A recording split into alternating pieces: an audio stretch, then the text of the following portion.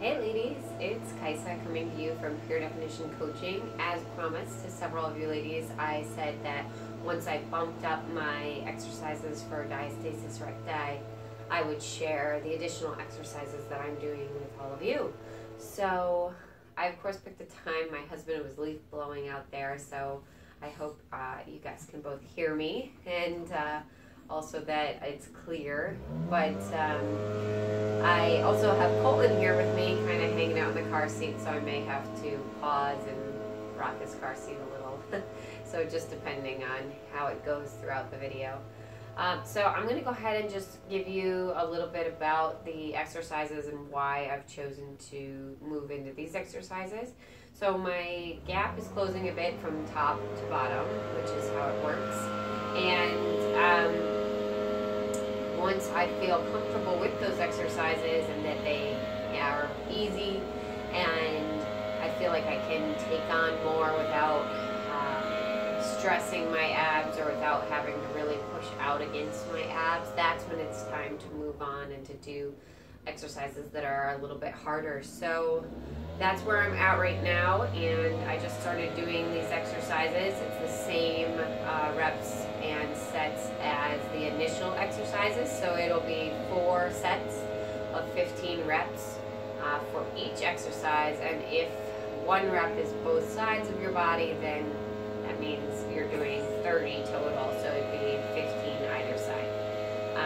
So let's, I guess, start with bridges, or just a bridge is a glute bridge is what we're doing. So before we were doing hip tilts and our pelvic tilts, and that was kind of where we're moving up from there. So I'm just going to show you the first exercise just to remind you, and then show you kind of the progression in the second one. So again, we were doing pelvic tilts when I first started. This is what it looks like. So you're laying down.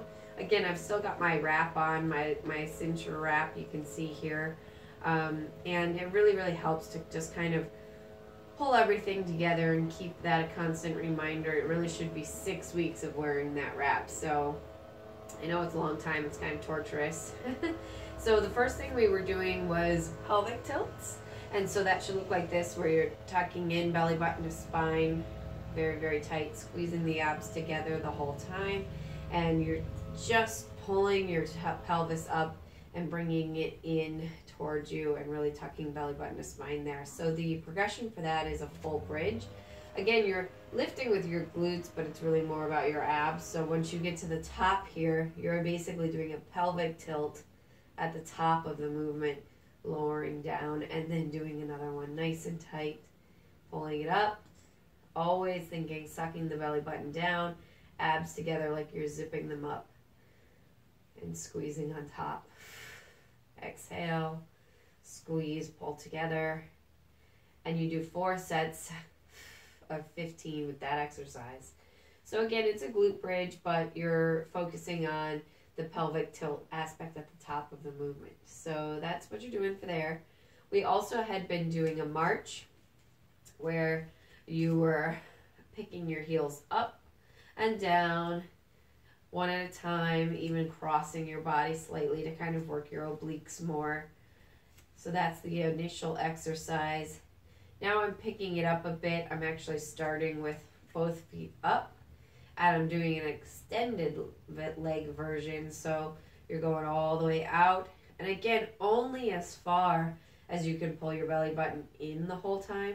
If you get to a point to where you drop your legs so low that it tilts you up, and you can see my whole body go that way, and it's pushing out against your abs, you don't want to do that. So you really want to keep lower back on the floor, belly button in here, and that's only as low as you go. So this is actually one full rep where you do both sides, and that is 15, 4 sets of 15 reps right there. So I'm not going very low, because as soon as I feel my ability to keep my abs pulled in dissipate, then I pull my leg right back, because I don't want to go further than where I can keep my abs nice and tight. Here we go. Excellent.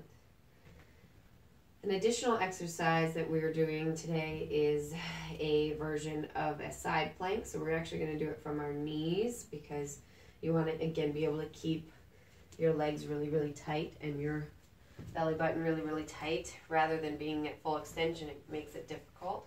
So from here, you're stacking your knees and hips, everything tight. Bring it up nice and tall. I'm going to go from my hand because it's easier for me, but you may want to go from your elbow depending. So I'm going to start with my hand and I'm coming up and dropping it down. And again, pulling in really tight. And you're working more obliques here than anything else. The bottom obliques, pulling them in and squeezing, getting that little extra tuck in there.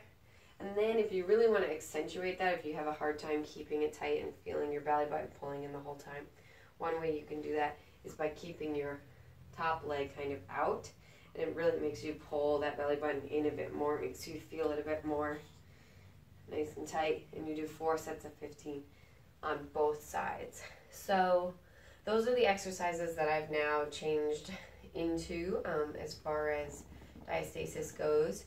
And so you really want to focus, again, pulling the belly button in, pulling your abs together like you're getting a zipper from bottom to top, pulling them up and keeping them tight, and that'll help them really zip back together nicely. So I hope that helps. And like I said, whether it's been a month, 10 months, or 10 years, all the diastasis exercises work. They're muscles, so you have to train them to come back together, and that can happen at any point in life. So don't feel like you've missed the boat, okay? So get those exercises in at least once a day if you can. If you need to split them up, or you do 2 sets in the morning and 2 in the afternoon, or you get interrupted, just get them in. It doesn't really matter. So I hope that helps. I'll talk to you ladies soon. Thanks so much. And just on time.